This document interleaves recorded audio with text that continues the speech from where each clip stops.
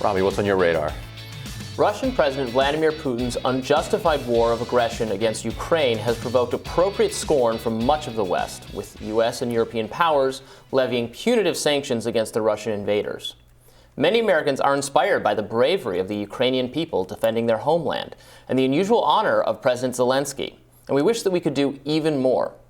Indeed, NBC News correspondent Richard Engel, observing Russian forces marching on Kyiv, contemplated whether the U.S. should directly attack the Russian convoy. Now, it should go without saying, but this is an extremely bad idea. The risk is far too great. First off, the U.S. cannot simply attack Russia because Congress has yet to declare war on the country. Contrary to what years of U.S. interference in random Middle Eastern locations might have caused some people to naively suspect, it is Congress, not the president, not the cabinet, not the generals, not the intelligence agencies, that is vested with the sole authority to declare war. The founders wisely placed this responsibility in our directly elected representatives, who are accountable to the people, their constituents. The president carries out the war, the Congress declares it. And make no mistake, a direct attack on Russian forces by either the U.S. or NATO would be an act of war. This would bring two of the world's superpowers into direct conflict for the first time since World War II. The risk of a nuclear attack on either side would increase dramatically.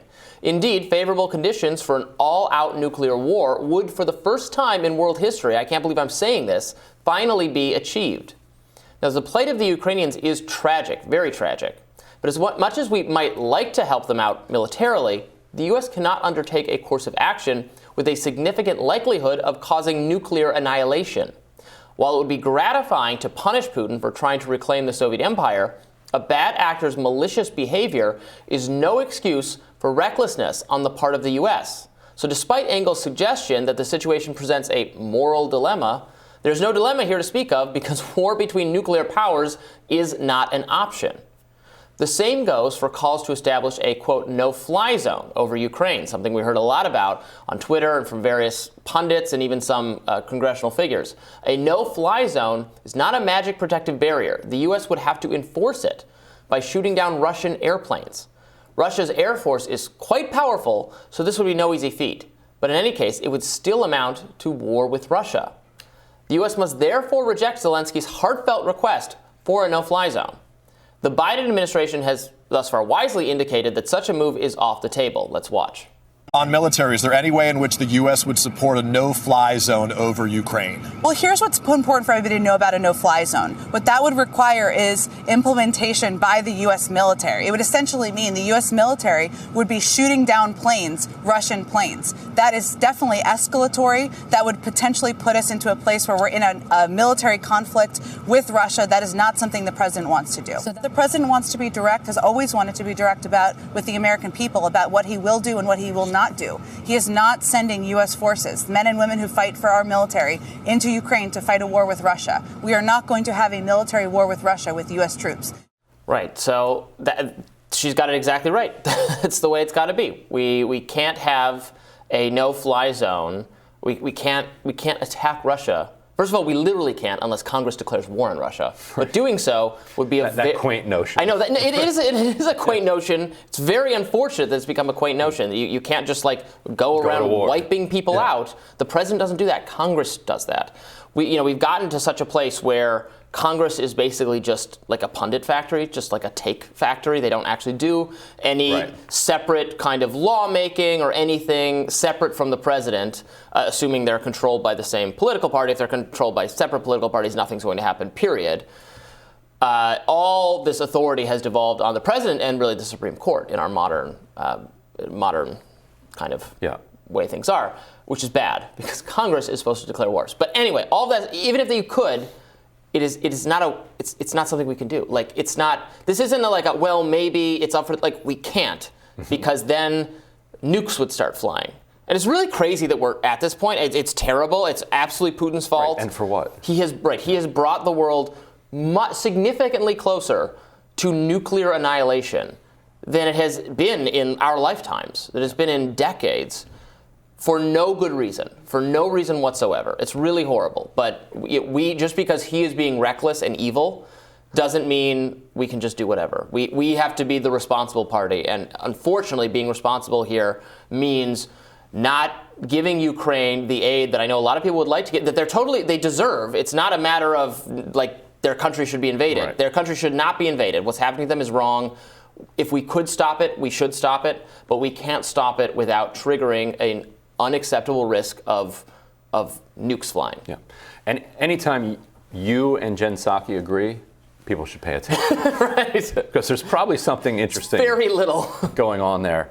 Yeah. And I think Marco Rubio said the same thing Marco too. Rubio yeah, too. and that's actually also someone Right. I don't generally agree with, to be perfectly Right. frank. Right. And Marco Rubio is not somebody who's generally going to be A, agreeing with Biden, or B, a voice of kind of global military restraint. Right. He's a much more hawkish figure. Yeah. Right. And so I think your point is exactly right. But I think what it also requires us to ask is, where else does that lead us? So if shooting Russian planes out of the sky is too escalatory and brings us too close to a potential nuclear war, what else is? What about having the Russian economy? Right. Like, what about knocking the annual median income down to $200 a month for the average Russian? Like, is that too escalatory?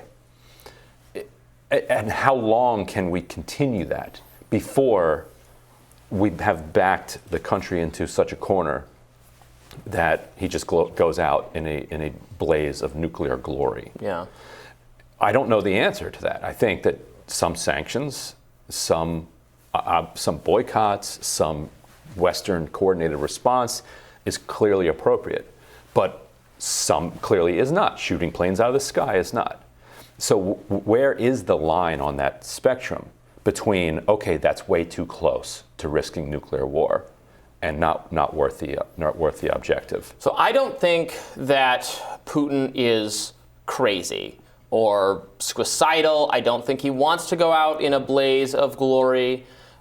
I think it would take a lot to get him to that point, but getting directly attacked by like shooting down his plane, that kind of thing, I think that is clearly over the line, or presents a because then they hit one of our ships, right? And that's why.